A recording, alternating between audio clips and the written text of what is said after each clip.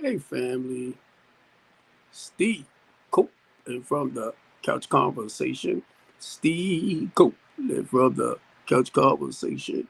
Steve Copeland from the Couch Conversation Show. Hey, family. Steve Copeland from the Couch Conversation. Steve Copeland from the Couch Conversation. Steve Copeland from the Couch Conversation Show. Excuse me, I had to go on my Twitter account to make sure I was showing live. Uh, let's say Stephen Copeland. Let me see if it's actually showing it. Do. Come on. Come on.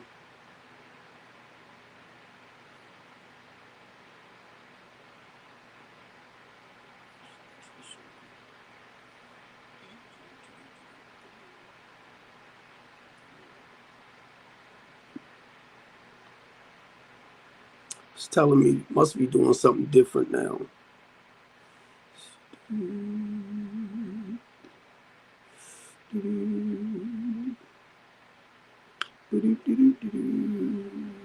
I'm live, but I can't see it.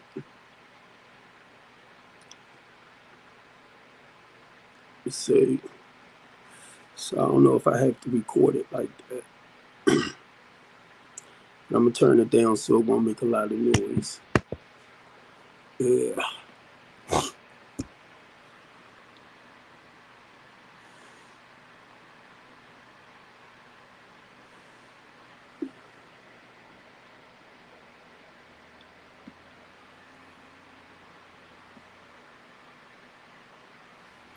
Okay, family. Look, I want to talk a little bit about something, right? And it might not seem important to nobody else, but I want you to understand basically what I'm saying, right? Um, the Couch Talk Show, a road less traveled, a road less traveled.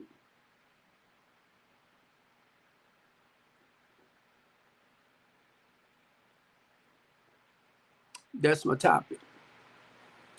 A road less traveled. And if you don't understand what that means, right?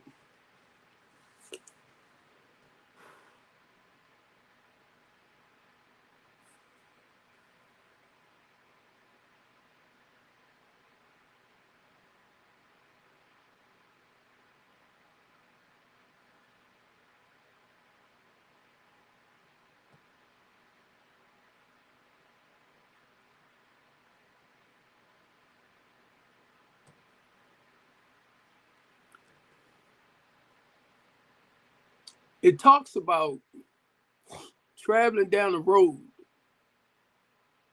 that most people don't like traveling.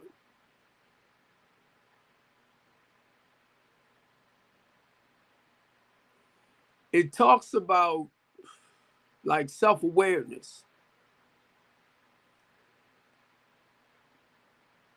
When I first got clean 33 years ago, I thought it was a book that I read, but just reading back up on it, it was a poem that somebody put out called A Road Less, I like to say, People Will Travel. A road that less people will travel. And that's a road of positivity, right? That's a road of self-awareness, getting to know yourself. So we're talking about a spiritual journey. And as I began to look back into this, right, a lot of people like myself, because I'm living a more godly fearing life, you know, It's not based around anger, fear, resentment, and all that type of stuff. That's not my life now. That's not how my life is. So I'm very aware of the healthy choices and decisions that I make in life today. A road less traveled. A lot of us are more comfortable with pain, misery, destruction, mayhem, chaos, confusion. A lot of us find comfort in this. I was once on that route, on that journey. You could not tell me the way I used to live that I was wrong.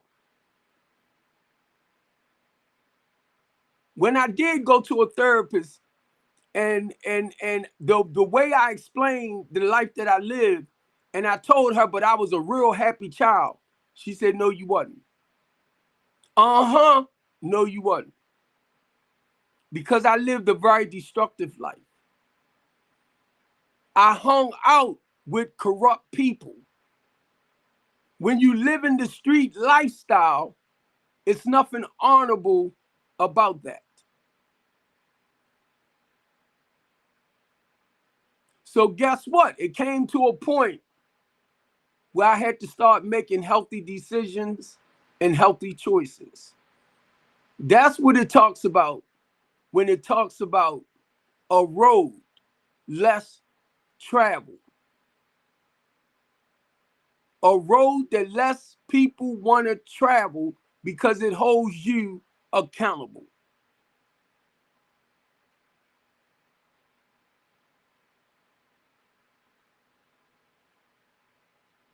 And I'm only sharing this, family, because I had to look back at myself. I had to look at my life before and after. So Robert Fletcher, I believe, or Fetcher, he had wrote that poem. Like I said, I thought it was a book. Come on, Ted. I thought it was a book, but it was a poem. But it talks about living, I'm going to say, a very disciplined life. How, we kind of separate ourselves from a lot of people that's still stuck in mayhem. And I'm going to tell y'all, man, look, I had went to the market, right? I got my little weights on my leg, right? And I took a walk. But I was listening to this girl's live stream. I was listening to some women and talked about how they literally hate men. And I said to myself, I hope they don't have no sons or brothers. I don't know, family. And the reason why I'm saying this because this topic came to mind. A road less traveled. And I'm looking at all of these other people on her platform. It's like sanctioning her stuff. And it was another woman, older woman, you can tell she was older. And she talked about all men. It's like it's nothing. And I wanted to go on it.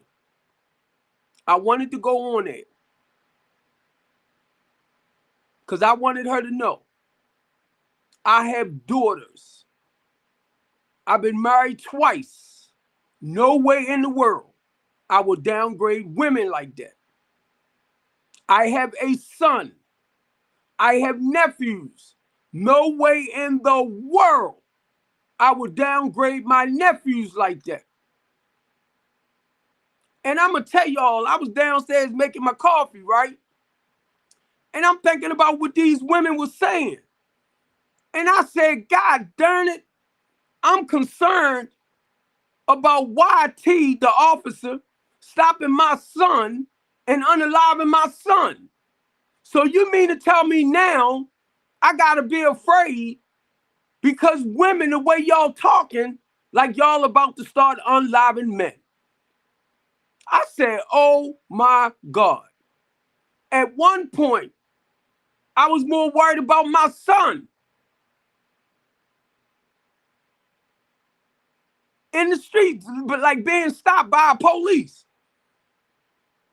And when I heard that, I'm like, now I got to worry about my son.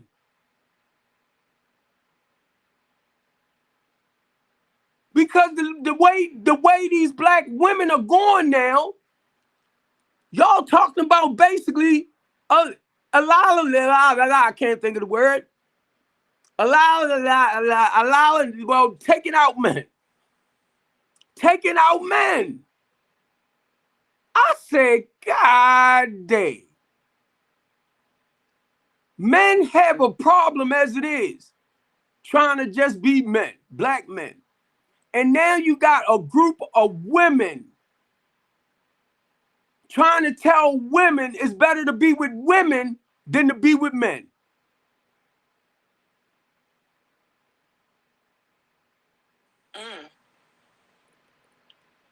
And I'm like, it took me back to this topic, right?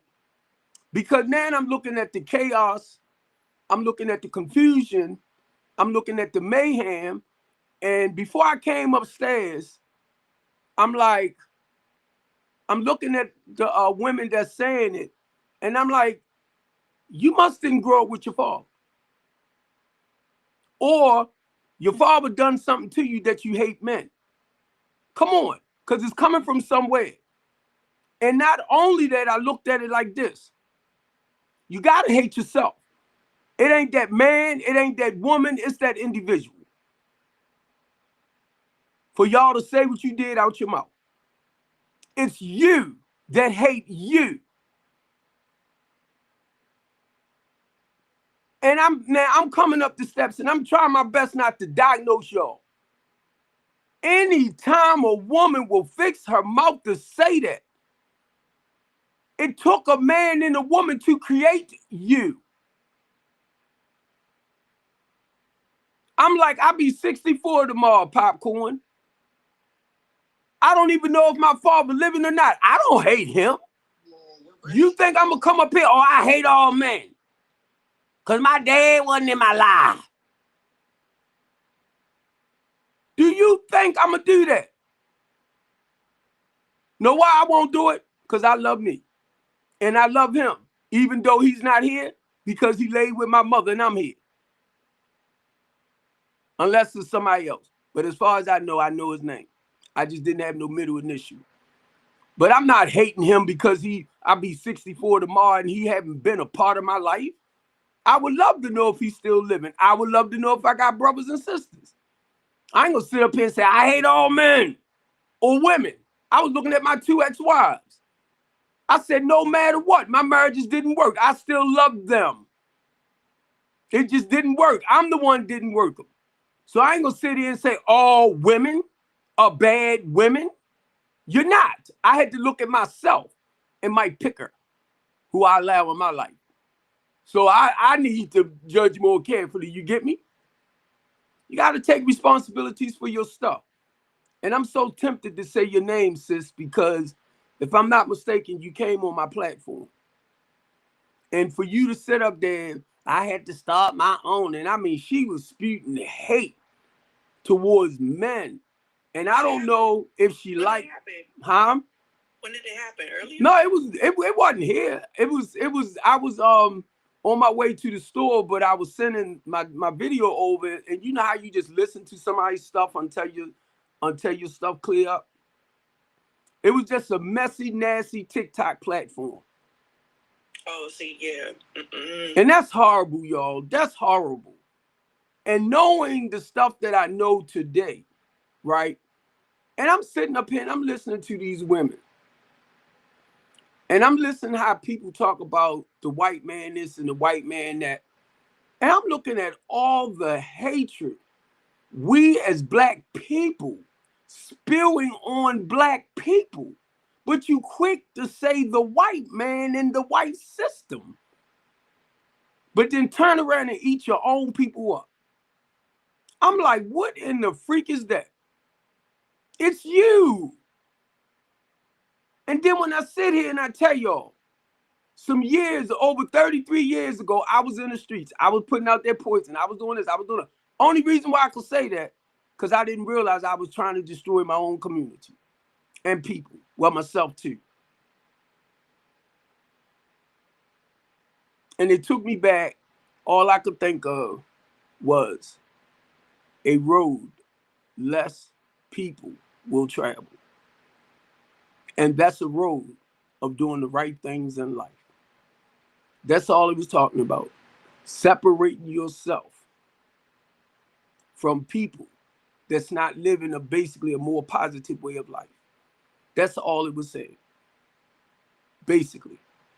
So it helped me to look at my life, and I'm proud of my life. I'm so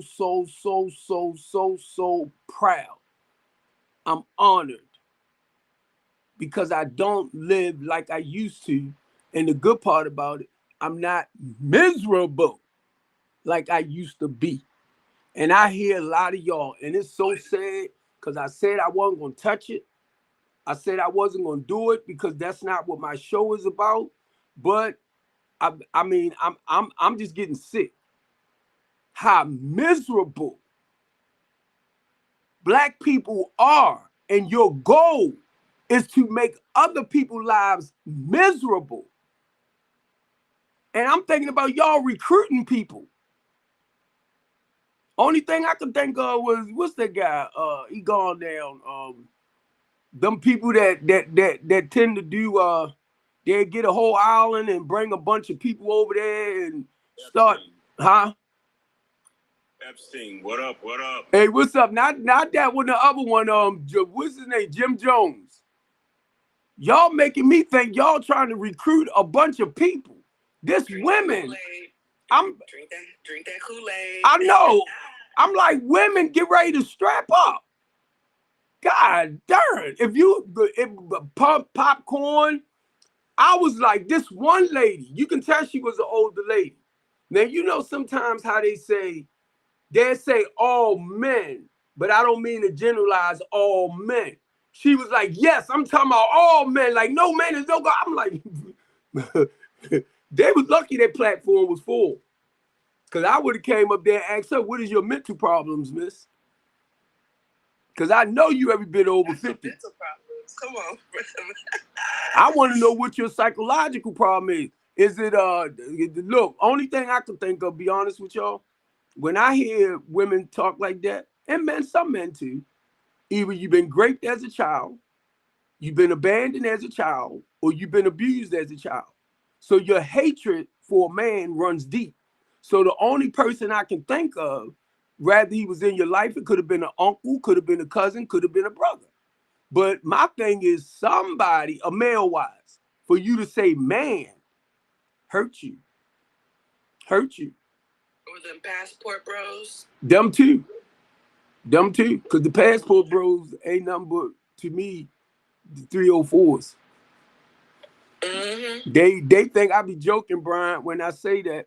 I'm gonna tell you, when I say I'm a retired sugar daddy, if I liked her and that bill was $250, I paid that goddamn bill. I ain't play. I wanted that wang. Aren't these the people that don't get any? What, a passport?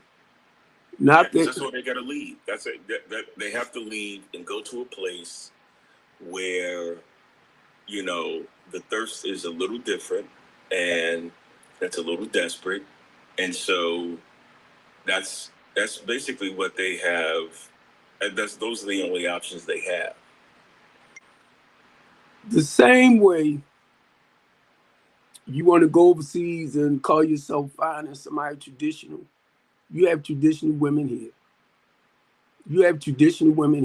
No way in the world I'm going to pack up my stuff, go to another country, and then you got to go back and forth, do certain things so that they can come over here and become U.S. citizens in order for you to marry, right? If you notice, the passport talk is going down a little bit since the election.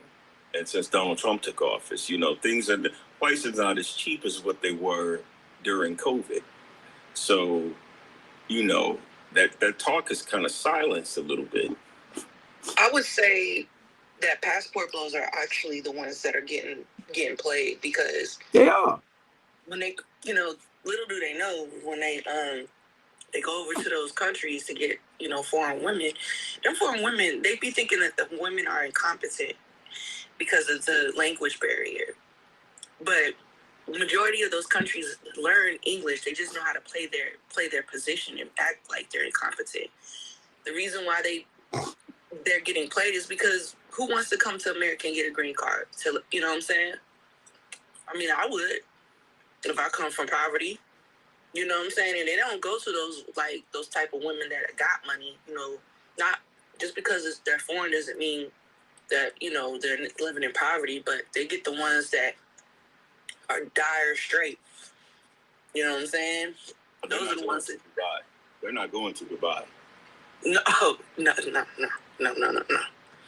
No, they're definitely not going to Dubai to get a wife. Mm-mm. Or Paris, or Well, I mean, you know. Well, I feel like this, seriously. The money they spend to go over there and get a wife, they can call Elon Musk and get a robot. You want somebody to be obedient to you. You want somebody that won't speak back. Tell them to hook you up a robot, and then let me know how much you charge. I might get one to be my third wife, as long as she shut her mouth. Kai, come up if you can, love. Hey, Robert. I mean, Brian. Long as she shut her mouth. Come up. I'd rather for them to go and spend the money than call me and let me know how that thing working. Did you try to smex it? Is it greasy or what? That's it. You know, I'm asking with dumb questions like that. You know what? Be honest. I'm looking at this thing, right? And I'm not trying to figure nobody out. I'm not. I'm walking back home, right? Because I call myself just walking up the street. I got my weights on my leg and just go around the block, right? And I'm listening to this and I'm like, this is really sad. This is sad. I'm like, we're in a world full of people, different races, cultures and stuff like that, right? And where is this coming from that now it's like the women? I'm like, that don't sound good. Because I'm just saying, as a black man, and I'm not even going to put my head in this place where there's no good women out there. I'm not going to do that. I let everybody else that needs therapy talk like that. But I'm not going to do that, you know. But I'm like, where is they getting this from? You know, I'm talking about here, though, for here. And then want to come on here and spit it out. If I heard my daughters say men ain't this, men ain't that,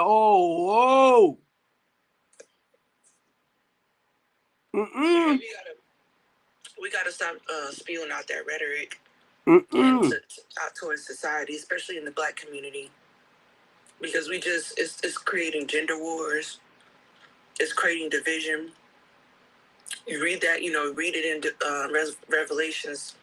That's what it says, and it's like, it's unfortunate that it's just sad. It's sad. And I'm looking at everything I do, right? I'm talking about like without men that's irresponsible, right? And like I said, I don't like to down them. You get me? Because you already know what's happening. The point is teaching men to be responsible, mainly when it comes to their children. That's all. For them to be a part of their children's lives, even if you and the mother don't get along. And my goal with the mother, stop using the kids against the father, back and forth the way they do. Because your children right there. And they are the ones that's hurting. I had it happen with me when I left my wife. Well, she ended up running off with the kids. And she knew it was going to hurt me because she knew I was always in my children's life. So that's why I can relate to a lot of brothers who might be going through certain things. But the goal is you find a way to get you, like, it's shared. Rather she had full custody or what, that didn't matter to me. Because either way, they our children, right? And if they wanted to come to my house, they was always welcome. If they wanted to stay with her, they was always welcome. I wasn't playing those type of games, you know, and it got to the point, yes, one of my daughters got mad at her mother and she came with me. She stayed for a couple of months and she went back. I ain't get all into that. That's them. Because they got to learn to work certain things out. Only thing, she wanted to come to the house because she was mad. I said, come on. And she knew what she was at, so she was all right with it. So that's why I be trying to let our men know, even though you get into a relationship, if you get into a relationship with a woman that got children, I like to kid and joke and say I got 3 baby daddies, 2 baby mamas and 3 baby daddies. I got 2 stepdaughters, 2 different fathers, and my first daughter, her brother, truly, I believe that's my son, but I ain't been pushing the issue. But I believe he's my son. But anyway, I raised him as my son. I don't even know if his father been in his life, you know. But he's grown now. All of them grown. But the thing is, I love kidding and joking and saying I got 2 baby mamas and 3 baby daddies because I had to learn to get along with them too, because they their kids. They was always welcome to come to the cookouts, like school things, and we might have had a cookout at the house or Thanksgiving, Christmas. It was family, and that's how I always looked at it. They was always welcome. But see, some people, I listen to them. You get into a relationship with this female, and the female got 2, 3 kids, maybe 2, 3 different daddies, right? The goal is, if you're going to step in, it becomes a family. And that's the stuff that I try to help men understand. I know you're there for the mother, but rather than you just being there for the mother, it becomes a family. And if you're not ready, don't take that route. Don't take it. So that's how, when I deal with our men, is to help our men understand, no matter what, whether you with the mother or not, continue your relationship with your children. That's why our kids are spiraling out of control like they are, because they don't feel that love, affection, and attention from the, they're getting it from the mother, but they're not getting it from their father's side. So it makes them feel like a void is there. And the only reason why I can say that, because I felt like this when I was coming up. So I know how biologically it takes the 2 to make you feel whole and complete. You know, so that's why I encourage the guys. If you don't have money, get them, take them to the park, take them for walks, hug them, tell them you love them, because they got to feel it. They got to feel it from here to understand what true love is. Yeah, we can do the material things. Now, I'm not saying don't have no money, but if you don't have money, get in your children's lives. I think that's more important than anything else, because you don't want them to feel left out. You don't want them to feel abandoned. And that's what a lot of people don't understand. So it takes people like myself to start certain programs. It takes people like the men that I know in Baltimore City that have programs where they work with young men and women. I'm proud of them. I'm so proud of them. I got a list of them. I'm proud of them. And you know, when you get to meet them and you see how far they done came, and I'm like, whoa, because I'm getting too old for this shit. Would you come on, Brian? Come on, Kai. Y'all can open up. Yeah, y'all can come on. Y'all can come on. Oh, hey, how y'all doing? Fine, thank you, Kai. Yeah, I'm just, man, you know, I've been I want to get these, I want to get the developer side rolling around here. You know, I've been talking about these senior living apartment complexes, and I've been just diving deep because I found some melanin, because that word black is kind of triggering around here on this platform. I found some melanin developers, and they share their journey. So I've been kind of following them for the last couple of weeks to see how they was ever able to leverage the land and how they was able to get their partners and Some of them was talking about it's better to go with community banks because you can get financing from them more often, and just looking at um, all of the funding HUD is giving out, including like their new program that they have. So I've been doing a lot. So let me ask you this, because I know this is something we talk about too. Do you have right now a land that you might be looking at to get redeveloped? Well, I was, because I found so I recently, well, this is not new, but they have land banks. So I've been looking at lands that's like considered below market liquidation prices, because you can often get a bulk of acres for less than market value. And see, you in an area, which is great, because you can do that. Now, what I'm thinking about, right? Because I know in Baltimore City, but I know you in somewhat like a rural area, right? If I'm not mistaken. Okay. Yeah. So I was thinking about the guy that worked with me some years ago. He has a community land trust. And in that community land trust at that time, he had like 270 houses, which he did a proposal for me for 30, which would have been 5.4 million that we was trying to get the money for.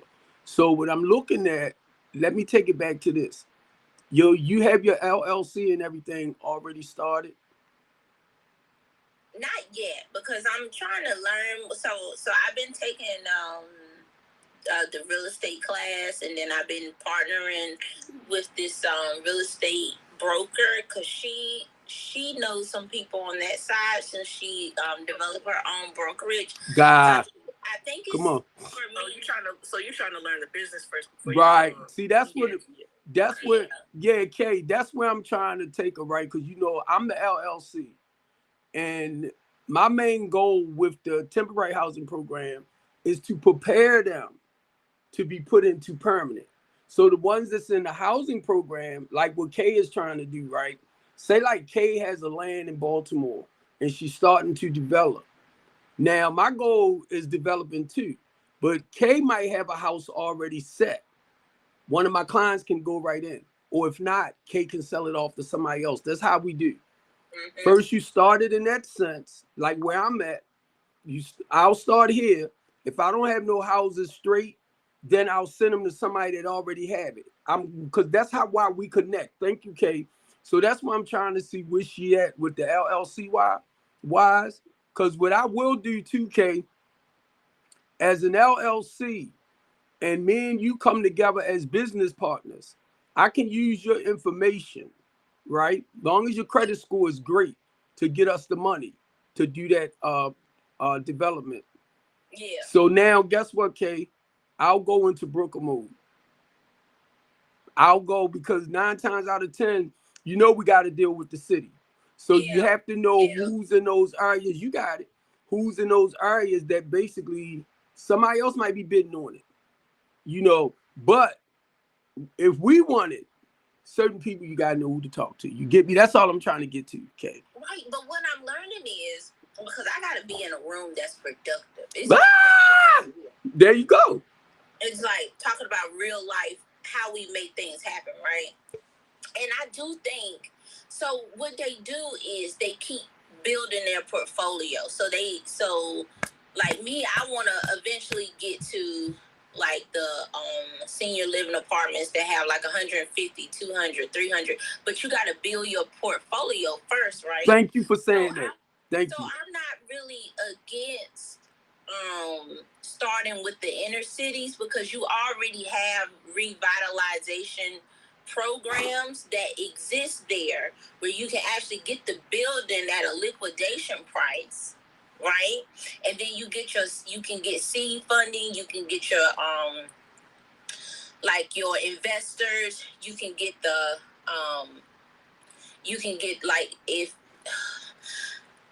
it's 2 ways you can go. You could go under a 501c, but that's not profitable, but you want to make something because you invest in your time with it. But under the community, they do have those subsidy programs that I'm learning people do make money on the back end for. Yeah. Sometimes you may have to sacrifice your share to make it look a little bit more, make it look good as far as the design aesthetics. Because it's this lady I follow. Her name is Vanessa Cole. So her development company is called Cole Klein Builders, and she out of Texas, right? And I follow her on Instagram, and then I also follow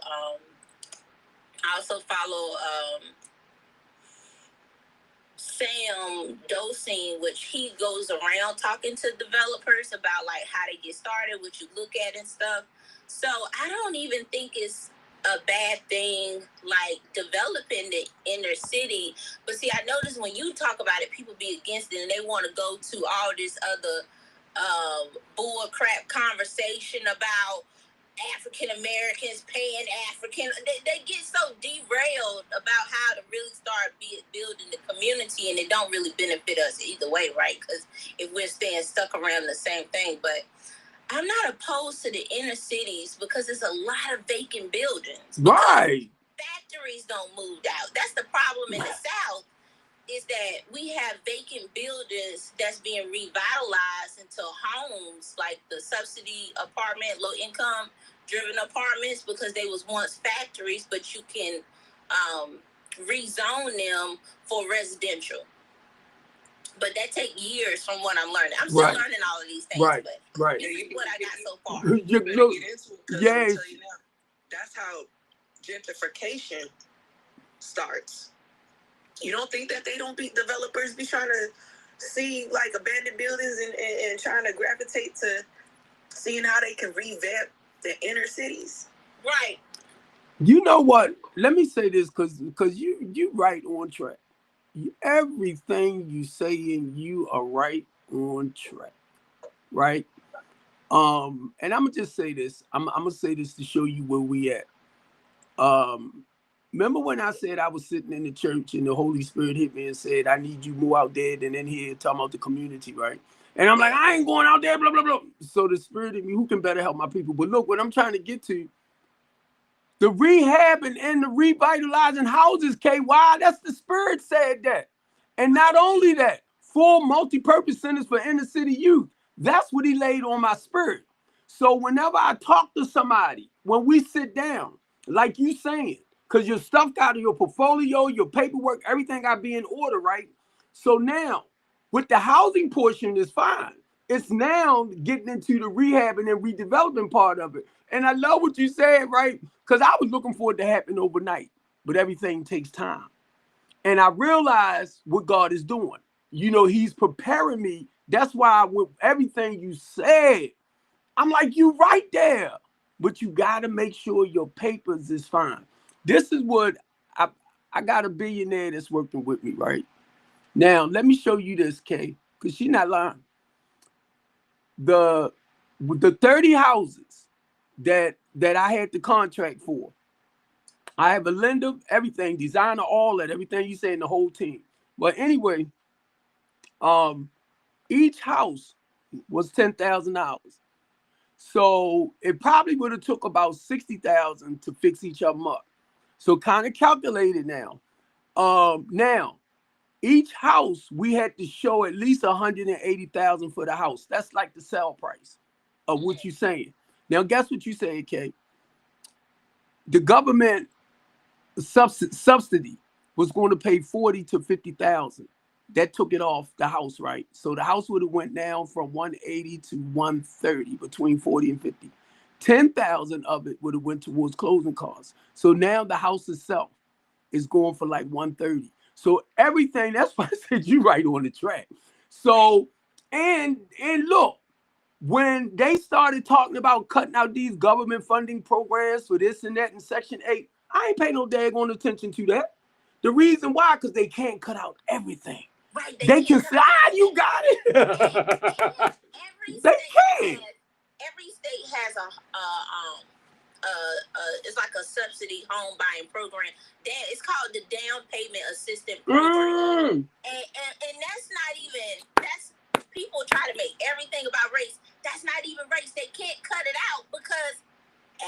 everybody uses that program to get that 30,000, depending on where your falls at. So let's think about it. You have a $200,000 house. HUD funds 70,000. You got 30,000 left. They qualify for the down payment assistance program. They get that 30,000. Now you building affordable homes at $100,000. Section 8. That's what it is. That's what it is. And Section 8, like Popcorn saying, a lot of people don't know you can buy a house with a Section 8, the Section 8 voucher. That's why, Kay, it was important for me to get the director of housing phone number, because I had people that worked there, like supervisors, managers, stuff like that, telling me, I got your back, we're gonna help you with this, we're gonna help you with that. And next thing I know, they gone. I'm like, y'all lying mother dicky wiki. But look, I said, you know what, I have to jump over them.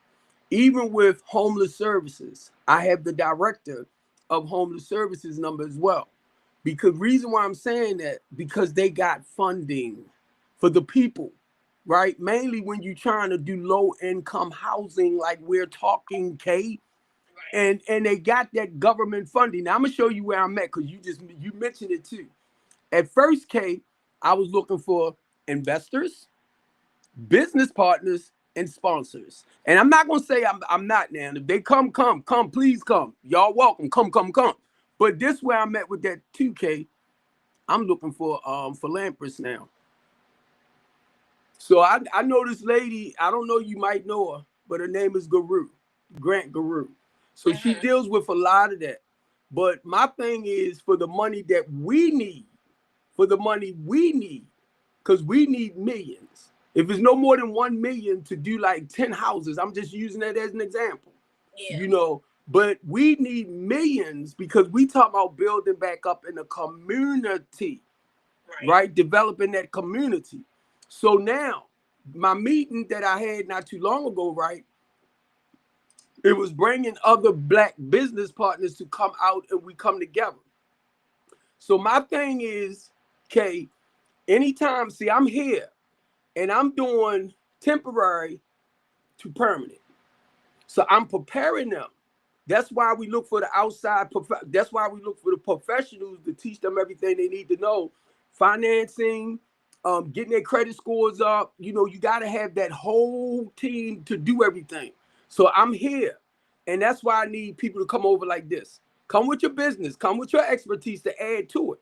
And mainly, sis, is for the low to moderate income people. And that's where all the funding is. Like that. That's where all of the funding is. That's what subsidy is, right? So you can come in, because you remember when they